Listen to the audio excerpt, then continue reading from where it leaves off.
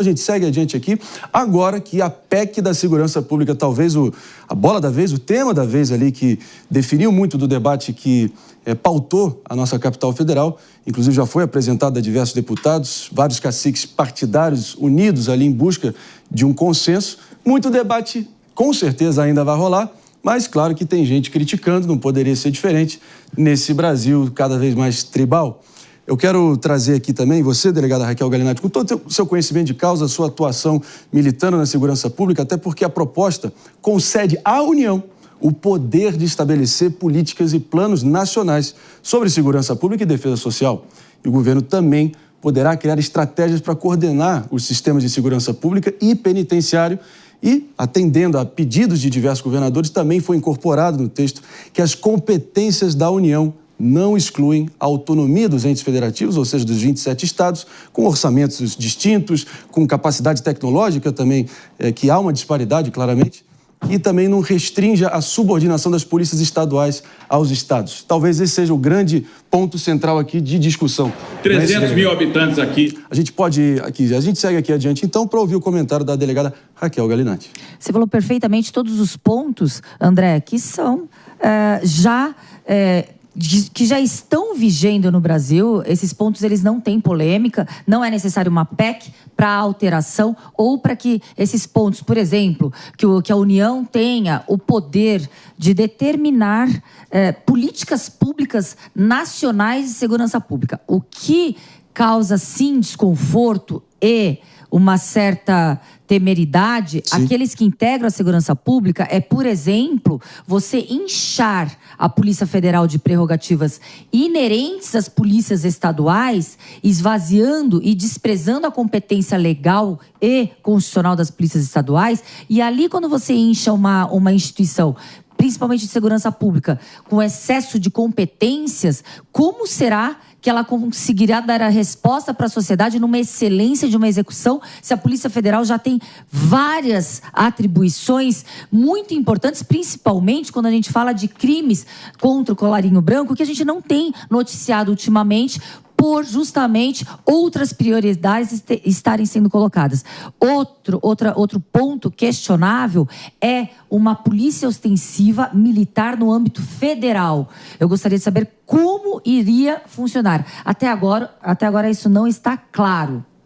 Que falta a estrutura, né, para a Polícia Federal, isso é fato. Até eles fizeram uma carta de reivindicação dizendo, como é que a gente vai fazer isso? Como é que vocês pretendem implementar essas políticas, sendo que a gente não tem estrutura adequada para realizar tal operação? Mas eu acho que a PEC é um avanço, sim, ela traz pontos muito importantes, como, por exemplo, que a gente debateu ontem sobre a integração dos sistemas da polícia. O boletim de ocorrência que é registrado no Paraná é diferente do estado de São Paulo e outros estados também. Não tem comunicação. Se a pessoa é abordada na rua, no Pará, lá no Maranhão, ela pode passar impune e não tem nenhuma informação. Já existe, David, essa integração em 8 estados. O que o governo federal... 8. O que o governo federal precisa, ele tem um instrumento legal para implementar essa normatização através do SUSP, Sistema Único de Segurança Pública, sim, e SENASP. O que não está sendo operacionalizado, também não será operacionalizado na PEC. É isso que eu estou querendo dizer. A gente já tem mecanismos e instrumentos legais para que haja a efetividade. A PEC não fará a coercitividade nesse sistema integrado, porque já tem preceito legal federal para que haja integração. É isso que eu estou falando. Não é lei que está faltando, né? Exato, está faltando trabalho. Exato. E aí, porque trabalhar dá trabalho. Vou levantar para você cortar aqui. Acho que ali, contido no texto dessa PEC, seria a criação de uma espécie de Conselho Nacional de Segurança Pública. Muitos que...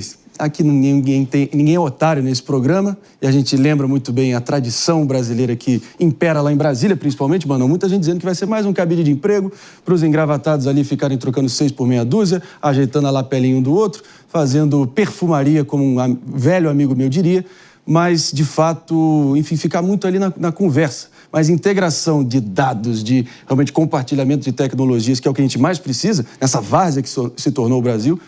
E isso eu ainda não estou convencido. Espero que eu esteja errado, mas ainda não estou convencido. E você? Sabe o que é impressionante, Marinha? Que se você falar com um político de qualquer parte do espectro brasileiro, seja de esquerda, seja de direita, seja de centro, ninguém vai discordar de que é fundamental ter uma integração entre os sistemas de segurança pública no Brasil. Todo mundo vai concordar que é inaceitável, que é uma desmoralização do Estado brasileiro o fato de que um bandido que comete um crime na Bahia pode vir para São Paulo e a polícia de São Paulo vai ficar com um ponto cego a respeito da ficha criminal do sujeito porque os sistemas não são integrados. Que o sistema de declaração negativa criminal não é integrado entre os estados, que o RG, o Registro Geral, o cidadão pode ter um por cada estado. Pode ter 27 RGs, ou seja, qualquer um que olha para isso vê que é uma insanidade. E o que é que falta para que a gente consiga avançar com essa integração? Falta trabalho duro de coordenação entre os estados. E isso dá trabalho. E se dá trabalho, precisa ter disposição para realmente fazer diferente. Eu sempre digo aqui, aquele cenário, né, Mano Ferreira? Eu sei que você concorda comigo. Se eu pegar minha pranchetinha lá, Joel Santana, botar um lapisinho aqui atrás da minha orelha, meter o pé ali para a Praça da Sé, eu consigo sair com diversos cadastros, informações pessoais, biográficas, RGs, CPFs e fazer com que eu bem entender se eu tivesse más intenções. Mas como esse programa aqui é o seu amigo do dia a dia, a gente vai sempre trazer aqui com a maior clareza possível, a maior isenção possível. Mas o que me parece nessa jogada toda, inclusive a gente vai ter um convidado que vai poder comentar com propriedade logo mais, é de que parece que é uma centralização de poder nas atribuições do governo federal para gerir a segurança pública, algo, assim, sinceramente, jamais visto desde o Estado Novo de Getúlio Vargas. É o que muita gente está dizendo, vários governadores, assim, extrapolando e muito ali da base bolsonarista, se insurgindo contra essa proposta. É importante que algum consenso seja, enfim, atingido, até porque parece que o governo federal está aproveitando o desespero da população para realmente trazer para si os louros de propor algo nesse momento de desespero. André, é o que me soa, sinceramente. Eu vou ser bem clara e tentar ser bem sucinta. O que significa, desde junho de 2018, há a obrigatoriedade de integração dos sistemas. Boa. No governo, realmente, do PT. Essa lei foi um grande avanço para a segurança pública. Talvez agora, com um movimento querendo a PEC... Foi com o governo Temer? Com o governo Temer, né? Mas era PT, né? E quando... Olha só, aí... A Dilma já não estava mais no comando. Era vice da Dilma e era PT. Bom, Você está realmente me atribuindo filiações partidárias que não fazem sentido na realidade. Ele é o maior constitucionalista vivo do Brasil, isso não tem dúvida. Agradeço a deferência, delegado. O que significa? A PEC talvez seja uma resposta para a incompetência do que o Mano falou, de operacionalizar e efetivar essa integração. A PEC, ela não vai mudar a obrigatoriedade já existente por uma lei federal. Isso que a gente tem que deixar bem claro. E aqueles jabutis colocados na PEC que causam, sim, muita preocupação. Deixar hipertrofiada a Polícia Federal, esvaziar a competência das polícias estaduais civis e criar ali uma polícia ostensiva no âmbito federal, como se fosse uma polícia militar federal. Eu discordo. Não, peraí. Vamos ter clareza aqui. O que está no texto, o que é proposto, como é que realmente vai haver essa concentração ou distribuição de atribuições? É justamente isso. Eu conversei com o Dr. Mário Sarrubo, secretário nacional de Segurança Pública, ele garante que vai ser implementado sim essa unificação do sistema, inclusive com a destinação de recursos para que isso seja feito. Porque os governadores, né, muitas vezes garantem que não tem recursos para que isso seja feito. Então, por meio dessa PEC, vai haver recursos e dessa forma os sistemas serem integrados. Vamos começar aqui agora no Morning Show, então, com um convidado ilustre, que realmente pode falar com propriedade sobre todo esse arranca-rabo institucional, para ver quem realmente vai seguir tendo esse dever mais do que importante, fundamental, de gerir as forças de segurança a nível estadual e também essa integração federal. E quem nunca escondeu descontentamento com essa PEC que está em questão aqui é o governador de Goiás, Ronaldo Caiado, pré-candidato à presidência da República no ano que vem, 2026. Tudo bem, governador? Muito bom dia. Obrigado demais pela presença aqui no Morning Show. A gente agradece aqui sua deferência. Ele já está rindo, inclusive. Ó. Bom dia, Leomar. Muito obrigado aí pelo espaço aí no seu programa, Morning Show, e também aí com os demais que vamos conversar, o Mano Ferreira, o David Tasso e a Raquel Galinatti. E a Ana Beatriz Rios também está aqui com a gente. Vamos lá, governador. Não, agora, Antes da gente começar, vamos falar primeiro da PEC da Segurança Pública, claro. Você tem se insurgido com muita veemência, não poderia ser diferente. Agora, o fato é que houve esse café da manhã lá entre líderes partidários, enfim, presidentes dos respectivos braços legislativos.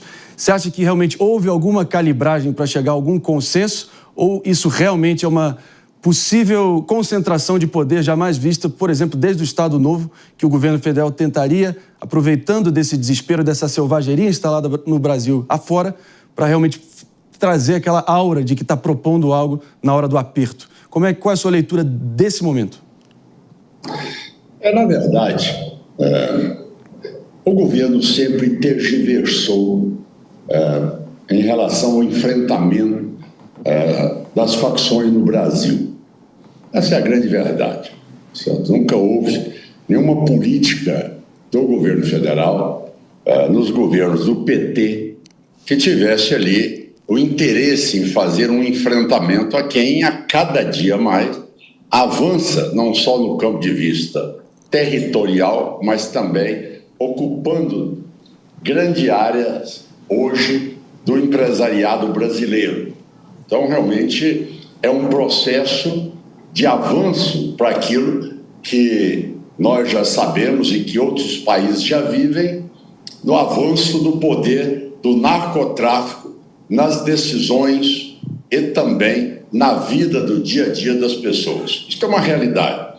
Ou seja, o PCC, o Comando Vermelho, eles estão incluídos dentro daquilo que é a classificação de risco dessas facções terroristas pelos Estados Unidos entre as 3 primeiras. Então, você vê a agressividade com que até o mundo lá fora reconhece a situação hoje de desestabilização completa da segurança. Mas se não fosse a lei, se não fosse também o sentimento da população, ou seja, todas as pesquisas, estou na vida pública há muitos anos, você nunca viu a violência ser o item primeiro.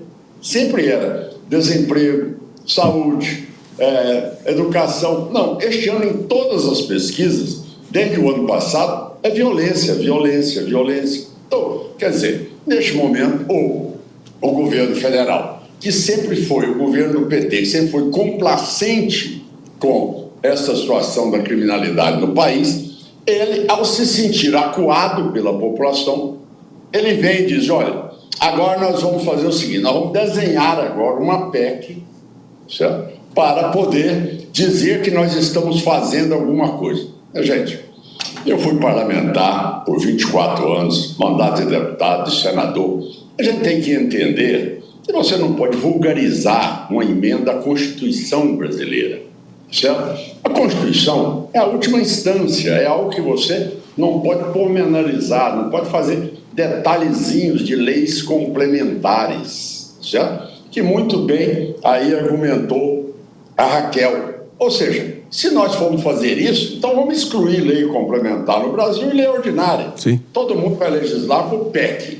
Essa PEC aqui, eu vi também, se não me engano, o Mano, dizendo, olha, mas nós precisamos de integrar as informações. Isso não precisa de PEC, isso não existe, não tem necessidade alguma, tá certo? Isso basta que tenha realmente o interesse de aprovar aí o que já existe, da SUSP aprovado, e que realmente o governo se interessa em fazer a parceria.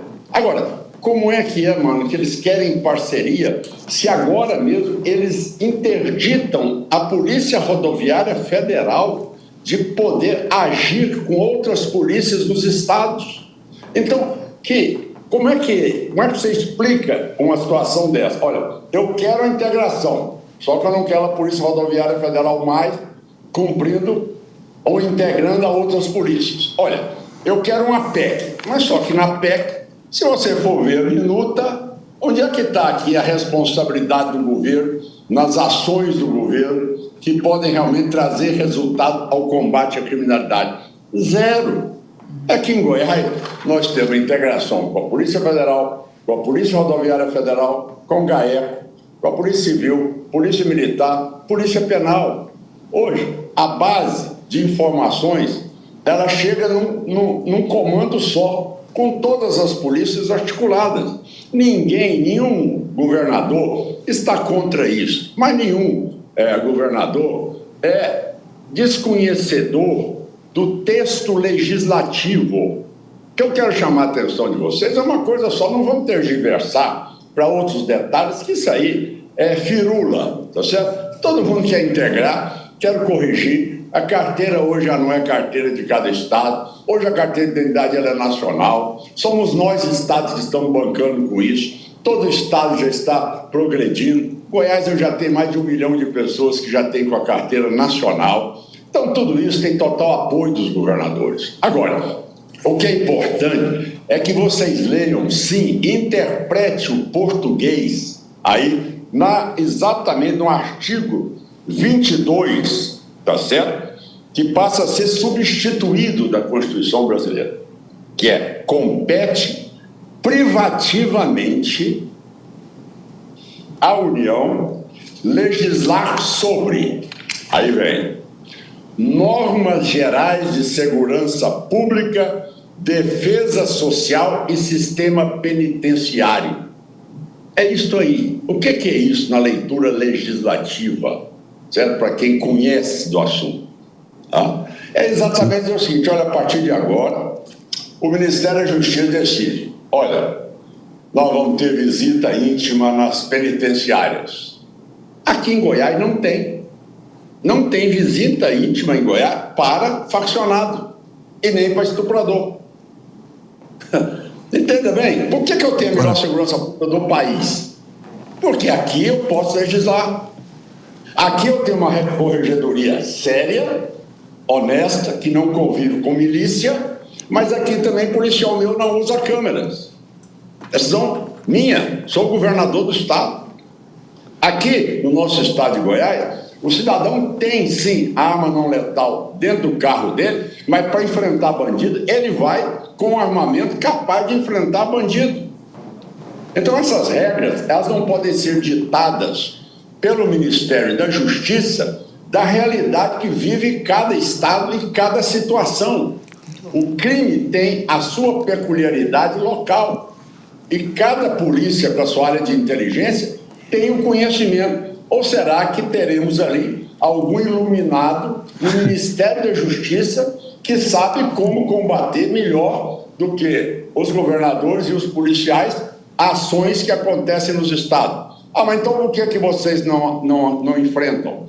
Porque a Constituição diz que tráfico de drogas, comércio de armas e lavagem de dinheiro são crimes federais. Onde é que está neste texto aqui algum combate a esses crimes que a Constituição já determina que seja combatido pela União? Onde é que está? Qual é a eficiência deles? Só para vocês terem uma ideia. Em 6 anos, Marinho, nós investimos em Goiás 17 bilhões de reais na segurança pública do estado. Sabe qual foi a contrapartida dos fundos de segurança pública e do fundo penitenciário? Somando todos eles, 960 milhões. Ou seja, 5%. Ou seja, onde é que está o interesse do governo em enfrentar tudo isso? Então, fica claro, está certo, correto, Marinho. O objetivo do governo é concentrar poder por uma emenda à Constituição brasileira. Então, isso é algo que ele quer produzir um outro sentimento da população, mas a verdade nua e crua é que realmente ele quer se apoderar do comando, aquilo que a Constituição de 88 deu aos governadores. Claro. O déficit de combate à criminalidade não é dos governadores, da ineficiência do governo federal em ter um aparato capaz de controlar fronteiras, controlar o litoral e poder apoiar o combate ao narcotráfico no país. Na véspera de eleição é fácil, né, governador Caiado? Aí realmente a realmente o tom, a nota e realmente a abordagem começa a mudar conforme os ventos políticos e conforme eles estão assoprando. Agora, o fato é o seguinte, dado o objetivo da realidade nesse abril de 2025, além de você já ser tido como o governador mais popular do Brasil nesse exato momento, e, claro, os estados brasileiros, os entes federativos, são os laboratórios da democracia. E, claro, tendo esse case de sucesso, naturalmente, nada mais justo que você queira exportar esse modelo para o Brasil.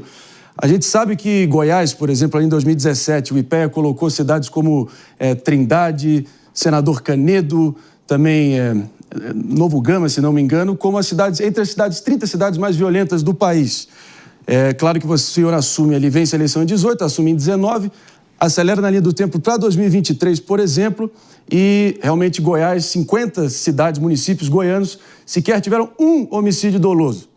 Agora o pessoal vai dizer, né, Aninha? Eu já vou acionando a nossa Aninha Beatriz Rios para a pergunta, que tudo bem, Goiás comparado com a Bahia, por exemplo, imagina a favela nordeste de Amaralina, lá em Salvador, a favela da Maré, o Complexo do Alemão, no Rio de Janeiro. O buraco é mais embaixo, que Goiás seria mais pacato, provinciano e mais fácil de resolver. Agora que você é pré-candidato a presidente, realmente a situação fica mais espinhosa e complexa, governador, mas a gente quer ouvir, agora na condição de pré-candidato, mais ou menos qual é o seu plano a nível nacional. Aninha, fica à vontade aqui para complementar. Obrigada, governador. Um prazer falar contigo.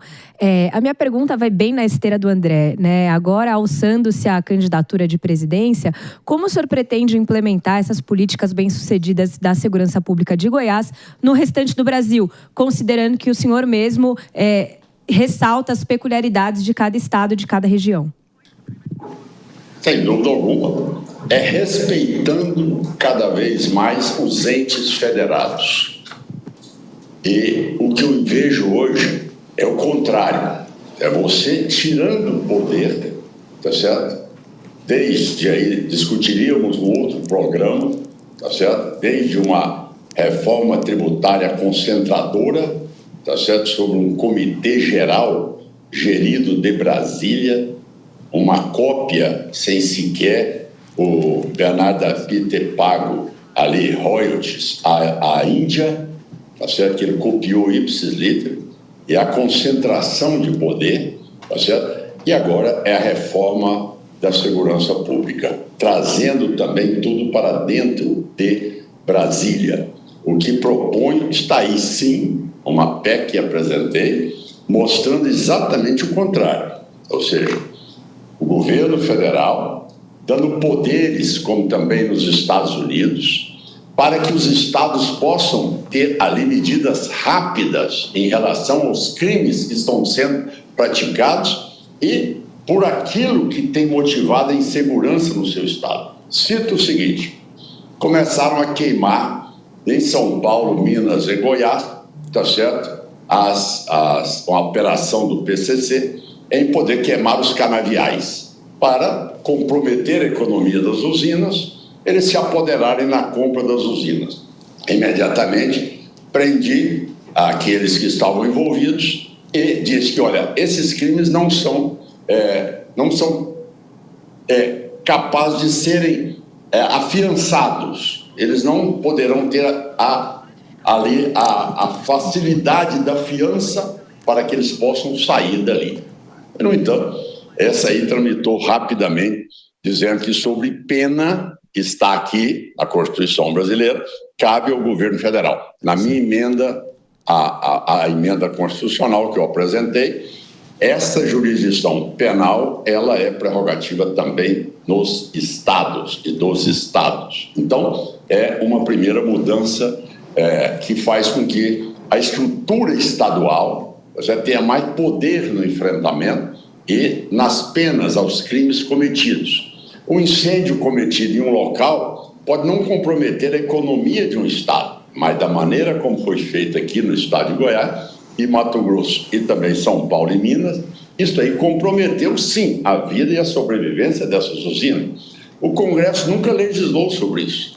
Então, até eu esperar uma decisão do Congresso Nacional, o governador realmente já entrou numa fase de dificuldade econômica com aqueles empresários que lá vivem. Então, este é um ponto. Segundo lugar, a política de poder assumir, tá certo, o número de vagas necessárias nos presídios, que a maioria de presos são presos que estão aqui sob a tutela nossa, mas, ao mesmo tempo, é responsabilidade de crimes federais. Então, seria aí ampliar para 300 mil vagas a mais nos presídios do Brasil, de acordo com as necessidades em cada um.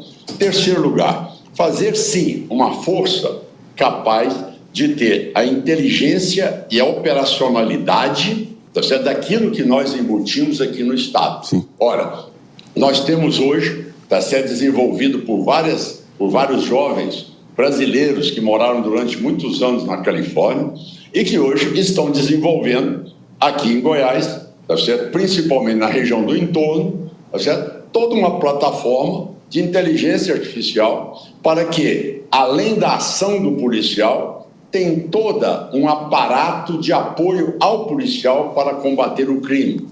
Essa tese de dizer que, olha, Goiás é um estado menor e mais pacífico, é porque realmente você não puxou aí os dados quando assumiu o governo. Ou seja, Valparaíso era a cidade mais violenta do país. O entorno de Brasília era ali o maior comando do narcotráfico do país, ali em decorrência da renda per capita de Brasília e ser o maior mercado ali consumidor para a presença das facções. E tudo isso hoje, você anda lá em qualquer hora do dia, da noite, circula, e você não tem mais isso. Então, quais seriam as ações também? Poder fazer com que houvesse um repasse dos fundos que não fossem contingenciados e que realmente chegasse a todas as polícias militares em parceria com a polícia estruturada federal, com o armamento que tem de mais sofisticado, com drones de longa distância, com satélites de inteligência e, ao mesmo tempo, uma articulação internacional para que nós pudéssemos também chamar numa mesa de negociações a Bolívia, o Peru, a Colômbia, que lá são os únicos países que produzem a cocaína, para que nós buscássemos uma ação conjunta com eles, para que não fosse ali a origem de todo esse produto para ser disseminado no mundo. E, ao mesmo tempo, complementaria com uma força capaz e integrada junto com as forças do Exército Brasileiro e das Forças Armadas Brasileiras, reconquistar e retomar a Amazônia brasileira, como também o Morro do Borel, como também a Salvador, como também Fortaleza e outros tantos estados hoje, onde as facções governam mais do que os governadores. É isso aí, governador. O que a gente mais precisa são soluções. Só uma breve correção aí do meu comentário anterior. Claro que Goiás, ali, levantamento de 2023, figurou que mais da metade dos municípios goianos não registraram sequer um homicídio doloso e também nas 50 cidades mais violentas do país, nenhuma era goiana, isso, claro, durante a gestão Caiado. A gente segue aqui, vamos falar da dimensão política também, não sem antes fazer um... Claro, não sem antes fazer um rápido break, só para quem está nos ouvindo, tá? Pela Rede Jovem Pan de Rádio Morning Show, segue a todo vapor aqui com o governador Ronaldo Caiado e volta já. Vamos com o David de Tarso aqui, até porque, pelo visto, o Palácio das Esmeraldas amanheceu hoje aliviado, com o senso de que a justiça foi feita, né, governador? Vamos repercutir o porquê exatamente e como isso impacta aí no seu prognóstico político olhando adiante. David de Tarso com a pergunta. Inclusive, né, o Fred Rodrigues, que foi aí apoiado pelo ex-presidente Jair Bolsonaro, o senhor esteve com o ex-presidente aqui na Avenida Paulista, em São Paulo, no último domingo. Gostaria de saber o que vocês conversaram, se as rusgas do passado foram resolvidas. O Fred Rodrigues, que fique claro, foi quem impetrou a ação que provisoriamente deixou o governador Caiado inelegível. E agora tornou, né, conforme decisão, elegível novamente. Boa. Aí eu quero saber... O que vocês conversaram, como é que está essa questão política e quem vai ser o nome da direita em 2026? Cuidado com o que você vai falar aí, ô Caiado, tá ok? Cuidado aí, ó. Olha aí, ó. E você fazendo aí, o tom de voz é conhecido, né? Bom, vamos lá. Tem outros também. A conversa, a característica do político, ela se consolida no decorrer da vida do político, certo? Eu sempre fui um político independente, convicto dos meus princípios, das minhas ideias, e sempre as defendi, tá? Quer dizer, eu cheguei na vida pública, momento em que teve aí a primeira eleição a presidente, antes dela uma Constituição brasileira, e que naquela época, se eu não me engano, eu não lembro de outro político que esteja hoje na vida pública que tenha tido a coragem de, em 1986, ter enfrentado as esquerdas no Brasil. Direito de propriedade, livre iniciativa, economia de mercado, aquilo era palavrão quando nós criamos a UDE para preservar ali o patrimônio rural das pessoas que trabalharam e que mantêm a sua atividade, hoje sendo o setor de maior importância na economia brasileira e também no mundo. Bem, naquela época ninguém tinha coragem de vestir a camisa verde e amarela. Naquela época as pessoas usavam era aquela camiseta do Che Guevara, na verdade, era do MST. Então, era o modismo. Eu nunca acompanhei o modismo, eu sempre acompanhei as minhas convicções, minhas ideias, e sempre tive a coragem para enfrentá-las. E essa característica, eu não nego, a capacidade com que o Bolsonaro teve a competência também de fazer com que a centro-direita brasileira realmente emergisse com a capacidade de ir para as ruas e, ao mesmo tempo, de eleger aí todos os níveis em qualquer parcela de Estado, município ou de governo federal.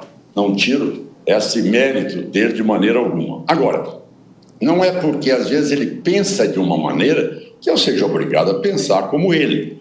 E daí a beleza da democracia e a beleza de quem tem um caráter sólido, certo? Ou seja, respeita as opiniões dele, ele respeita as minhas. Esta é a maneira de se fazer política, certo? Eu sou um médico, tenho uma especialidade, me dediquei muitos anos da minha vida à medicina, então eu sei como devo tomar as minhas decisões. Agora, as pessoas podem não concordar, mas isso aí não é motivo de você discordar da essência e dos princípios da livre iniciativa nem do direito de propriedade. Por exemplo, pode-se ter problemas convergentes. Goiás, por exemplo, você não vê o abril vermelho. Isso não existe. Em Goiás, todos os meses do ano são verde e amarelo. Então, quer dizer, as pessoas aqui não sabem nem que existe essa tese no resto do Brasil. O cidadão aqui anda com o telefone celular no meio da rua, qualquer hora do dia e da noite. Aqui o seguro de carro é o mais barato. Então, aqui as pessoas vivem na sua propriedade rural e não são incomodadas. Então, quando as pessoas falam, mas isso aí é uma tese de campanha, não, é de governança. Porque hoje, para vocês terem uma ideia, eu fui avaliado com 86% de aprovação. A segurança pública me deu 88%. Então, veja bem, se todas as outras tivessem me dado o mesmo patamar, eu estaria em 88 hoje de aprovação. Governador. Então, você vê que ela é a que puxa hoje a minha credibilidade e também o reconhecimento da nossa gestão em Goiás. Agora, a conversa foi uma conversa em torno de um tema, o tema da anistia, que eu já defendi antes de qualquer político no Brasil. No mês de fevereiro de 2024, eu dando uma entrevista na Globo News, me perguntaram sobre isso e eu respondi. Falei, olha, a coisa boa na vida é as pessoas gostarem de história, não é? Ler, uma coisa que faz bem. Então, se nós repetíssemos Juscelino Kubitschek, quando ele teve uma rebelião, e aí sim, um verdadeiro golpe de Estado, com grande parte da Marinha e também grande parte da Aeronáutica e parte do Exército rebelando contra ele, ele falou, olha, anistia esse pessoal aí, deixa eu trabalhar, que eu tenho que construir Brasília, eu tenho que desenvolver o Brasil, eu tenho que fazer com que o desenvolvimento chegue no centro-oeste e no norte do país. Então é isso que eu disse, eu sempre defendi essa tese. O Brasil não pode continuar mais 2 anos e 4 meses discutindo esse 8 de janeiro, tá certo? E que também não tem uma solução pacificadora. Eu trabalho nesse momento para que a gente possa construir um processo de pacificação para o Brasil poder, aí sim, priorizar metas que são responsáveis pelo o crescimento do nosso Estado e do nosso país. Então, em resumo, é exatamente isso. Qual é que foi ali a reunião do Bandeirantes? Todos os governadores estão aqui, existe um acordo e um apoio em relação a este assunto da anistia. Segundo ponto, qual o acordo que teve? Olha, todos nós, respeitando os nossos partidos políticos, cada um aqui, como eu disse, nós somos, modéstia à parte, a melhor safra de governadores que o Brasil já viu nesses últimos tempos. Então, cada um aqui com seu partido saia como pré-candidato e lá no final a gente vê se é possível acordo, se nós vamos nos encontrar no segundo turno. Essa é a vida política e nada mais do que isso. A lei diz isso. Primeiro turno, pluralidade de candidaturas. Segundo turno, os dois que estarão lá. E aí sim eu vou lutar muito para poder ser esse, aí para poder disputar, uma oportunidade de disputar com o Lula no segundo turno. Governador, aproveitando que o senhor falou sobre partido, o seu partido está vivendo nesse momento uma situação que eu gostaria de saber se gera algum constrangimento ao senhor, que foi a saída, a demissão do ministro Juscelino Filho do Ministério das Comunicações em função de uma denúncia a respeito de eventuais desvios relacionados a emendas parlamentares do período em que ele era deputado e, além de estar sendo um ministro que saiu do governo Lula, portanto, gerando alguma incoerência em relação ao discurso de oposição que o senhor sempre fez, vale destacar, ao PT e ao presidente Lula, há a indicação, se comenta a respeito disso, do deputado Pedro Lucas, que é o atual líder do União Brasil na Câmara dos Deputados. Essas situações, tanto o afastamento por denúncia de eventual desvio com emenda parlamentar, como a presença do União Brasil no governo Lula, geram constrangimento ao senhor como pré-candidato de oposição? Bom, em primeiro lugar, deixar claro que a vida partidária brasileira, você nunca conseguiu, aquilo que foi tentado uma vez, a verticalização, ou seja, pensamento majoritário do partido prevalecer em todas as decisões estaduais e municipais. Tá? Você deve ter visto que naquela época essa proposta foi tentada. Aí você vê, olha, mas nós temos aí 2 ministros do União Brasil, em 2 estados, aonde você tem uma certa dominância dos eleitores de apoio ao atual presidente, né? Pará e Maranhão.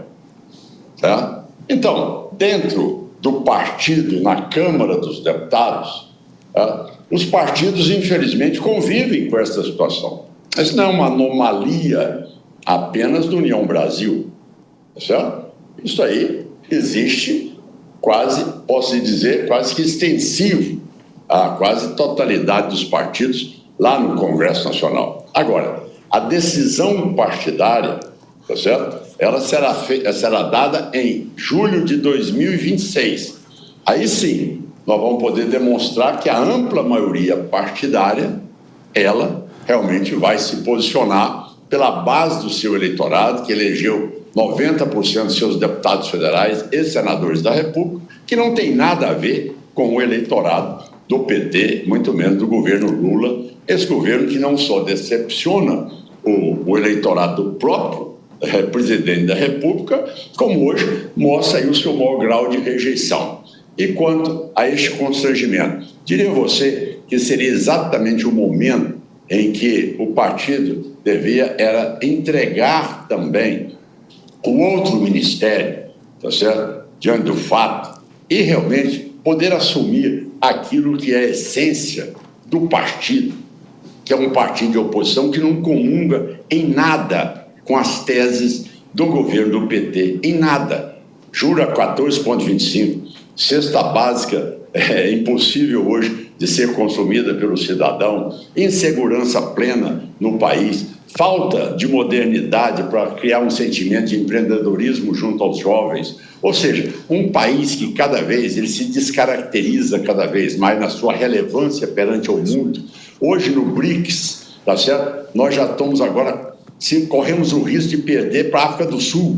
Nós já somos caudatários de todos. Então é isto que eu acho que um governante precisa de entender, que precisa de governar, fazendo com que o Brasil, um país continental como esse, não seja hoje o pior de todas as organizações que ele participa, como o G20, como o BRICS, como referência na educação, na violência, na presença do narcotráfico, enfim, na taxa de juros, inviabilizando o empresariado. Então é isso que não tem nada a ver com União Brasil. Da minha parte, o meu voto, a minha posição, ela é clara. Olha, a União Brasil devia se afastar, não devia nem ter entrado. Se você buscasse a minha posição, mas eu sou um homem que eu tenho eu não posso impor uma vontade, eu posso votar numa posição, tá? Mas eu tenho que respeitar a decisão da maioria. A minha vontade, tá certo? E muitos dos meus também amigos, também dentro do partido,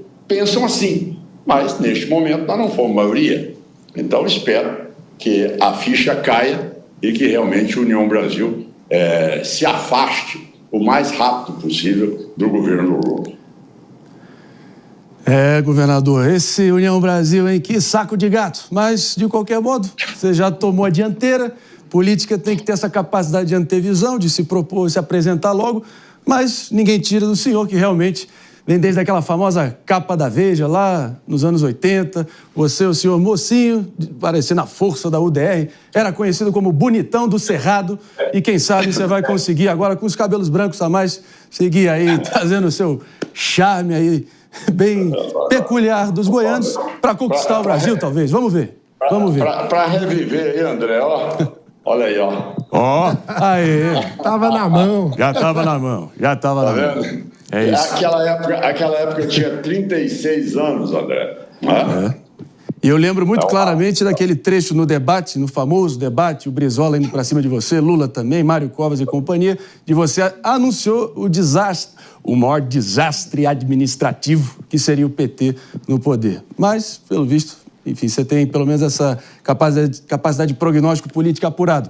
Vamos ver se mantém para o ano que vem. Governador Ronaldo Caiado aqui no Morning Show, a gente agradece demais a deferência. Agora elegível, decisão unânime do TRE goiano, de volta ao game, pronto para entregar talvez o experimento goiano para o Brasil ano que vem. Obrigado, governador. Obrigado, André. E você viu o resultado, né? 7-0. Quer dizer, então eu acredito que realmente... Não teve nem o gol. Não teve tranquilidade, mas aí a justiça reparou todo e qualquer dano. Não teve nem o gol do Oscar para realmente, talvez, apertar um pouquinho esse placar. Obrigado demais, governador Ronaldo Caiado. Muito obrigado, André. A gente segue adiante aqui, claro, repercutindo com a nossa bancada. Importante a gente ouvir, claro, esse movimento, né, de se antecipar, de já estar no escrutínio do público, de não ficar sabonetando e achando que... Não, veja bem, vamos analisar lá para frente. Tomou a dianteira, né, delegada Raquel Galinatti?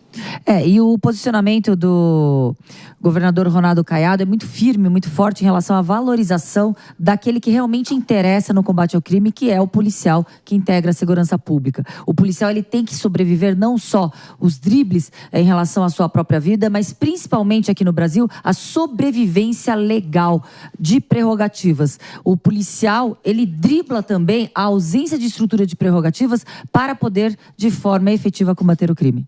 O governador Caiado mostra que precisa lidar com um desafio partidário enorme, né? Porque evidenciou, mais uma vez, que é contra a presença do União Brasil no governo Lula, mas também deu a informação de que a posição dele ainda é minoritária dentro do partido. Então, como poderá ser um candidato à presidência da República viável se não conseguir reverter essa situação de estar minoritário dentro do seu próprio partido? É um grande desafio político. E o outro aspecto que ele trouxe também é que a corrida eleitoral no campo ideológico da direita ainda está em aberta a decisão, porque se reuniram ali os governadores, segundo ele é a melhor safra, né? E de fato tem se destacado os governadores que representam a direita, mas as pesquisas que vão indicar ainda quem será o nome representando ali e se ele de fato vai chegar lá no final e vai ter fôlego para, quem sabe, disputar as eleições presidenciais. Então, realmente é uma questão que a gente tem que seguir acompanhando e vendo os próximos passos. Não deu muitas pistas, não. E você, Aninha, o que você achou da minha entrevista aqui no Morning Show?